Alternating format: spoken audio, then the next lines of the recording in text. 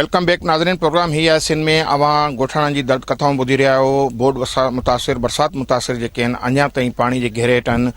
नौशरो फिरोज़ ज़िले जी जेका यूसी वीसर आहे हुन जा ई सवाई ॻोठ जेके आहिनि हज़ारे आबादियुनि वारा जेके घर ऐं ॻोठ आहिनि उहे पाणी में बुॾल आहिनि। हिन वक़्त ताईं जेको आहे हुननि जो पाणी निकाल करण लाइ इंतिज़ामिया पारां के बि क़दम न खयां विया आहिनि। हिन सिलसिले में ॻोठाणनि जी दर्द कथाऊं जारियूं आहिनि। असां वधीक ॻोठाणनि सां ॻाल्हि ॿोल कंदासीं। हिन खां अलावा असां कोशिशि कंदासीं डिप्टी कमिश्नर नौशरो फिरोज़ ऐं इलाइक़े जे चूंडियल नुमाइंदनि सां ॻाल्हि ॿोल जी त हुन हिन सिलसिले में कहिड़ा क़दम खया आहिनि। असां ॻोठ कलर जा जेको आहे हितां जा रहाकू आहियूं। हे असां वटि पाणी जेको आहे तक़रीबन जेको आहे 200-250 एकड़ जे फसल ते बीठल आहे। सॼो असांजो ॻोठ जेको पाणी हेठि आहे। असां थोरा हितां वॾा जेको आहे आवाज़ टीवी वारनि जा जन असां अॼु जेको आहे निमाईंदा टोटल गॾिजी असांजे ॻोठ खे असां ॾे आया ऐं जेको असांजो पाणी जेको आहे कोन थो निकिरे। असां मुतालबो था कयूं DC नौशरो फिरोज़ खे ऐं वज़ीर आला सिंध खे असांखे तव्हां पाणी हिन ॻोठ मां कढाए ॾिनो वञे। असां तमामु जेको फाका कशी में हर हिकु वॾेरे खे जंहिंखां पुछो था हुनखे 100 एकड़ बनी आहे, पर असांखे ज़रे घटि खाइण जे लाइ कुझु कोन्हे। असां सफ़ेद पोशूं, असां कंहिंखां करूं, कंहिं ॾे वञूं, काॾे वञूं। हे असांजे पाणी तव्हां ॾिसो था। शाबत आहे वरी बि असां नुमाइंदनि खे जेको असां सां हे जेको माहौल सिधो कयो अथनि ऐं असां ॾे आया आहिनि। जेको असांजे हिननि जेको आहे पर्ज हला थिया आहिनि। असां वटि केरु न निमाईंदो, ॿियो केरु बि कोन आहे सरकारी जेको आहे न DCO न MPA न MNA। असांखे तकलीफ़ूं तमामु घणियूं आहिनि। हीअ जेको हालिया बरसातुनि जे सबबि असांजा जेके आहिनि सवे ॻोठ पाणी जे अंदरि में ॿुॾा पिया आहिनि। अॼु बि तव्हां उहे ॻोठ ॾिसंदव असांजा, उन जे लाइ साम्हूं तव्हां बि बीठा आहियो त असांजे ॻोठनि में केॾो पाणी आहे। ऐं जेको असांजो फसल फुटनि जो फसल ते वियो उन्हनि ते जेके असांजा जेके वापारियुनि खां जेको असां कर्ज़ खयूं, दवाऊं खयूं या कलर खयूं, इहो त विया असांजा, पर असांखे कणिक काइण जी बि उमेदु कान्हे का जो असां हिननि ज़मीन ते कणिक काए सघूं। ऐं हिन महिल ताईं 3 महीननि जे अंदरि असां वटि को बि माण्हू न आयो आहे, न DC साहिबु आयो आहे, न मुख़्तियारकार आयो आहे, न चूंडियल को नुमाइंदो आयो आहे। त तव्हांखे कहिड़ी तकलीफ़ आहे? असां वटि को बि न पहुतो आहे हिन महिल ताईं त तव्हांखे कहिड़ी तकलीफ़ आहे। न वरी का शइ असांखे ॾिनी वई आहे। ॿुधूं था त राशन आया आहिनि, टेंट आया आहिनि, ॿिए कुझु काफ़ी शयूं आहिनि, पर असां वटि हिन महिल ताईं खणी को बि न आयो आहे त का शइ असांखे का मिली या न मिली आहे, न का सार लधी आहे न संभाल लधी आहे।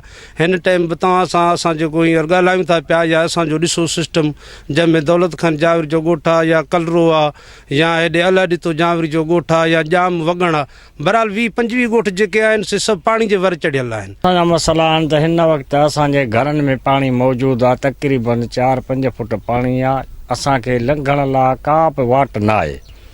ऐं हिन टाइम ताईं कंहिं बि माना हुकुमरान या कंहिं बि असांजो पाणीअ जो मसइलो हल न कयो आहे। असां तमामु घणो तकलीफ़ में, असांजो लंघणु अचणु ॿार बचो ॾाढो ॾुखियो आहे। उन खां पोइ असांखे जे बीमारियुनि जूं तकलीफ़ूं थियूं अचनि त पाणीअ मां असांखे निकिरणु ॾाढो ॾुखियो आहे।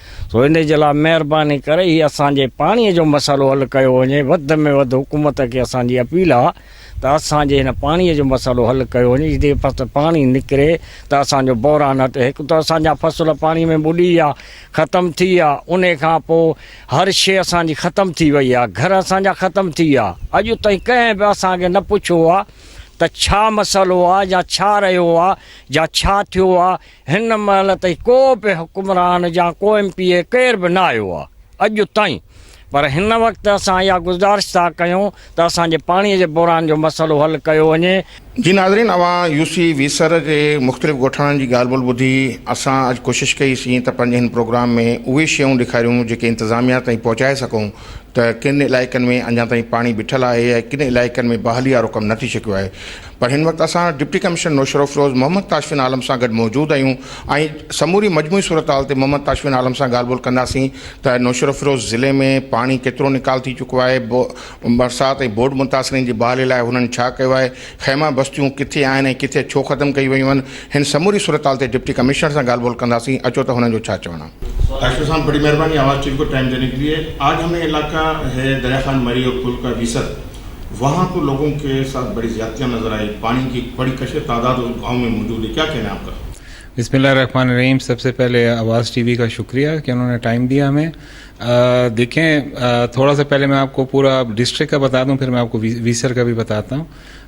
जब बारिशें हमारी ख़त्म हुई थी तो 98,000 एकड़ पे हमारा पानी मौजूद था ज़मीन पे, जो फसलें हैं जहाँ पे। اور اب جو ہے وہ 18,000 ایکڑ پہ رہ گیا ہے، باقی پانی الحمدللہ ہم نکال چکے ہیں. اب کچھ جگہوں سے ہمیں ڈی واٹرنگ کا ایشو اس لیے آ رہا ہے کہ وہاں سے پانی نکالنے کا راستہ نہیں، اور ہمیں خود بائی کرینز یا اور راستوں سے ہم پانی نکال رہے ہیں، یا پھر ہمیں 3 راستے اپنانے پڑ رہے ہیں پانی نکالنے کے لیے. اس میں اب ویسر بھی ہمارا ایسا ہے کہ وہاں پہ پانی بھی بہت زیادہ کھڑا تھا، اس میں کچھ تو ہم نکال چکے ہیں، لیکن یہ ہے کہ اب جو یہ ویسر والی پاکٹ ہے اب ہمارا اس پہ فوکس ہے، اور انشاءاللہ ہفتے 10 دن کے اندر یہ پانی بھی ہم نکالنے میں انشاءاللہ کامیاب ہو جائیں گے.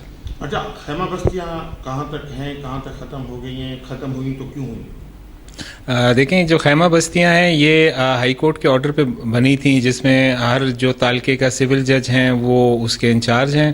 اور اب ہمارے ایک تعلقے میں مورو میں جو خیمہ بستی والے لوگ تھے ان کی جب زمینوں سے اور گھروں سے پانی نکل گیا تو انہوں نے جج صاحب کو درخواست دی کہ ہم جانا چاہتے ہیں، تو ہم نے ان کو اچھی طرح سے ٹینٹ راشن وغیرہ دے کے اپنے اپنے گھروں میں وہ خوشی سے چلے گئے ہیں. لیکن جو لوگ ادھر ابھی بھی رہنا چاہ رہے ہیں، کچھ ہمارے ابھی باقی 4 تعلقوں میں خیمہ بستیاں ہیں تو وہ وہاں پہ موجود ہیں. اچھا، آپ بتا رہے ہیں کہ 18,000 ایکڑ پر ابھی پانی موجود ہے، جی. یہ پانی کتنے دنوں تک نکل جائے گا؟ دیکھیں، ٹارگیٹ تو ہمارا یہ ہے کہ اس منتھ کے اینڈ تک ہم نے سارا پانی ختم کر دینا ہے، کیونکہ آگے سندھ گورنمنٹ کی یہی اور سی ایم صاحب کی یہی ہمیں ڈائریکشنز ہیں کہ اگر نومبر کے اینڈ پہ ہم پانی نکالیں گے تب جا کے ہمارا یہ جو کاشتکار بھائی ہیں وہ اپنی گندم وغیرہ بو سکیں گے. اچھا، نوشہرہ ضلع بمپر فصلوں کے حساب سے بہترین ضلع رہا ہے گندم کے حوالے سے. اس مرتبہ کیا امید ہے کہ گندم کی بمپر فصل ہوگا یا کچھ فصل ہوگی یا بحران پیدا ہوگا؟ اس میں کوئی شک نہیں کہ ہمیشہ ضلع نوشہرہ فیروز سب سے زیادہ اس میں فصل کا وہ ہوتا تھا، لیکن انفارچونیٹلی بارشیں بھی ہمارے ضلع میں پورے سندھ میں سب سے زیادہ ہوئی ہیں، اراؤنڈ اباؤٹ 1800 ملی میٹر. تو اب پچھلی دفعہ والی تو شاید کاشت نہیں ہو سکے گی، لیکن ہماری کوشش یہ ہے کہ جس زمین پہ فصل ہوتی تھی وہ اس کو کاشت کے قابل بنائیں کہ 60%, 70% باقی جتنا بھی ان کا وہ ہوتا ہے آؤٹ پٹ ہوتا ہے وہ ہم اچیو کر سکیں. اچھا سر، فصلیں کتنی تباہ ہو گئی ہیں، اپنا ایک تو کپاس ختم ہوگی، سبزیاں ختم ہو گئی، اور اگر اب یہ مسئلے حل نہیں ہو رہے تو آپ کیا سمجھتے ہیں کہ ضلع میں کوئی بحران پیدا ہو سکتا ہے؟ ویسے تو اگر یہ مسئلے ختم نہ ہو تو بحران بالکل پیدا ہو سکتا ہے، لیکن انشاءاللہ ایسا کچھ ہوگا نہیں، کیونکہ جو ہمارا ڈی واٹرنگ کا پروسیس بہت تیزی سے چل رہا ہے اور انشاءاللہ گندم کی فصل ہوگی، ضرور ہوگی. اچھا، دوسرا یہ ہے کہ دریا خان مری پل جو روڈ ہے نوشہرہ برساتوں میں یہ بھی کافی تباہ ہوا. حادثات دوست کے ماحول ہم نے پرٹیکولرلی وہاں وزٹ بھی کی ہے، تو آپ نے کوئی وہاں کی اتھارٹی کو لکھا ہے اس کے روڈ رستوں کو بنانے کے لیے، اس کے لیے کوئی کام کیا ہے؟ بالکل، ہمارا M&R کا کام کا پورے اسکیمز اوپر گئی ہوئی ہیں، جہاں پہ اگر کہیں جگہوں پہ اگر کہیں کٹ مٹ لگا تھا، ایک ہمارا بڑا کٹ لگا تھا یہ پل سے جب آپ پٹیدن کی طرف جاتے ہیں جو ہماری روڈ بنی تھی، اچھا خاصا کوئی 600 فٹ کا مطلب 600 ایریا کا تھا، وہ ہم نے اس کو وہ کیا، جہاں پہ مطلب ٹریفک کی موبلٹی کا ایشو تھا وہ کیا ہے. اب یہ ہے کہ اب ہم پراپر جس طرح پچھلی حالت میں روڈ سے اب ان کو لا رہے ہیں، تو ہماری ساری اسکیمیں اوپر جا چکی ہیں اور انشاءاللہ اس پہ بھی کام جلد شروع ہو جائے گا. اب آپ کیا میسج ہے ضلع کے عوام کے لیے، یہ اکوموڈیٹ کس طرح کر رہے ہیں جن کے لوگ گھر گرے سروے جو ڈالیں گے وہ کتنے دنوں میں پروسیس ہو جائے گا؟ سروے کا ہمارا 15 سے 20 نومبر تک ٹارگیٹ ہے. ہمارا مورو تعلقہ تو آلموسٹ کمپلیٹ ہو گیا اور نوشہرہ کا بھی سروے آلموسٹ کمپلیٹ ہے. بھریا بھی 2 دن میں ہمارا کمپلیٹ ہو جائے گا. تو 17-18 نومبر تک ہمارا سروے ہو جائے گا. لوگوں سے میرا یہ ایک میسج ہوگا کہ سروے ہو رہا ہے، اس میں بڑھ چڑھ کے حصہ لیں، کیونکہ اس میں جن کا گھروں کا نقصان ہوا ہے، فصلوں کا نقصان ہوا ہے یا کسی قسم کا مال مویشی کا نقصان ہوا ہے، اس میں ہمیں جتنا یہ سروے ٹیمز کے ساتھ کوآپریٹ کریں گے اتنا ہی ہم جلدی وہ ڈیٹا اوپر جائے گا اور اسی کے حساب سے ان کو بہت جلدی انشاءاللہ پھر کمپنسیشن بھی ملے گی. اچھا سر، ہم نے آج جو سروے کیا اس میں لوگوں کی شکایت کی چوپایوں مال مر رہا ہے، ان کو ویکسین نہیں ہو رہی ہے، اس کا آپ کی علم ہے؟ اس میں بالکل ہم نے جو ہمارے لائف سٹاک والے ہیں انہوں نے اپنے کچھ کیمپس بھی لگائے ہوئے ہیں اور اب اس کے ہم کیمپس بڑھا بھی رہے ہیں، کیونکہ جو ہمارے ڈپٹی ڈائریکٹر ہیں لائف سٹاک کے ان کے ساتھ میں میٹنگز بھی کرتا ہوں، ڈیٹا بھی ہم شیئر کر رہے ہوتے ہیں اوپر.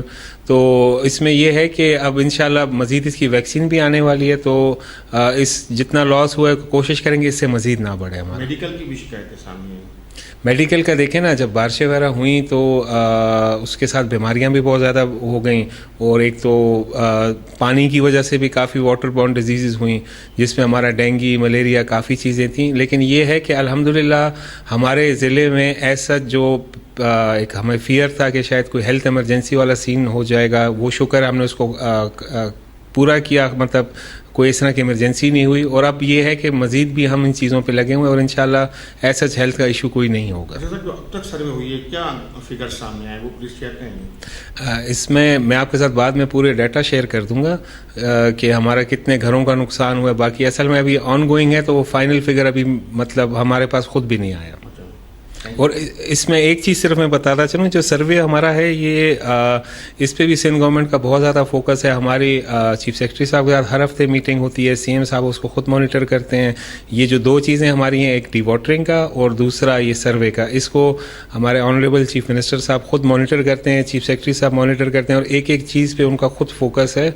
इसलिए इंशाल्लाह बहुत ज़्यादा जल्दी हम आपको रिजल्ट देंगे। सिंध गवर्नमेंट ने यहाँ कहा था कि 25 एकड़ वाली ज़मीन वालों को वो गंदम वगैरह देंगे, कलर्स वगैरह, उसका क्या पॉलिसी बनी? इसमें देखें, ये तो हायर एंड का डिसीजन है। अब जो फैसला उन्होंने किया वो ये कि ये सर्वे हमारा बस 15-20 नवंबर तक जब कंप्लीट हो जाएगा तो उसमें सारा वो ज़मीनों का रिकॉर्ड भी आ जाएगा, तो उसके हिसाब से फिर जो ऊपर सीएम साहब पॉलिसी बनाएंगे उसी को फिर फॉलो किया जाएगा।